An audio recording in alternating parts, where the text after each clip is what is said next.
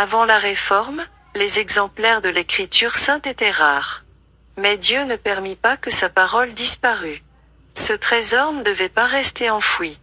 L'auteur de cette parole pouvait la faire sortir de l'obscurité tout aussi facilement qu'il ouvrait les portes des cachots ou brisait les barreaux des prisons où languissaient ses enfants fidèles. Dans plusieurs pays, d'aucuns cherchaient la vérité comme on cherche des perles.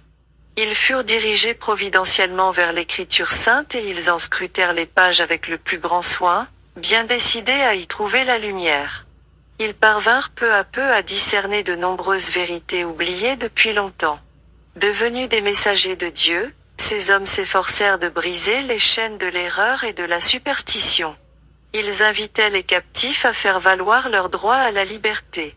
En dehors des vallées vaudoises, la parole de Dieu avait été comme figée dans une langue que seuls les savants connaissaient. Mais le moment était venu de la traduire en langue vulgaire pour la mettre à la portée de tous. La nuit allait bientôt disparaître. Lentement, les ténèbres se dissipaient, et, dans plusieurs pays, on voyait déjà les premières lueurs de l'aurore. Au XIVe siècle naissait en Angleterre Jean Wycliffe, l'étoile de la Réforme.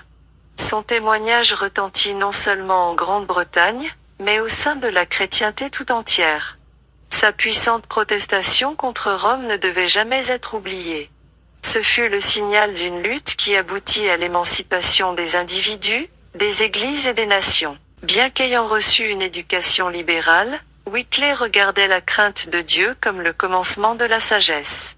Au collège déjà, il s'était fait remarquer autant par la ferveur de sa piété que par sa science. Sa soif de connaissance le poussa à embrasser toutes les branches d'études. Versé dans la philosophie scolastique, il put en dévoiler les erreurs, et ses études du droit canon et du droit civil le préparèrent à lutter vaillamment en faveur de la liberté civile et religieuse. La discipline intellectuelle qu'il avait acquise dans les écoles s'ajoutait aux armes qu'il tirait de la parole de Dieu et le mettait à même de comprendre la tactique des savants. Son génie et sa science lui valaient à la fois le respect de ses amis et de ses ennemis. Ses partisans voyaient avec satisfaction que leur champion supportait avantageusement la comparaison avec les plus grands penseurs du pays. Aussi ses adversaires n'eurent-ils pas l'occasion de discréditer la cause de la Réforme en alléguant l'ignorance ou la faiblesse de ses défenseurs. À cette époque, les livres saints n'existaient que dans des langues mortes et n'étaient accessibles qu'aux savants.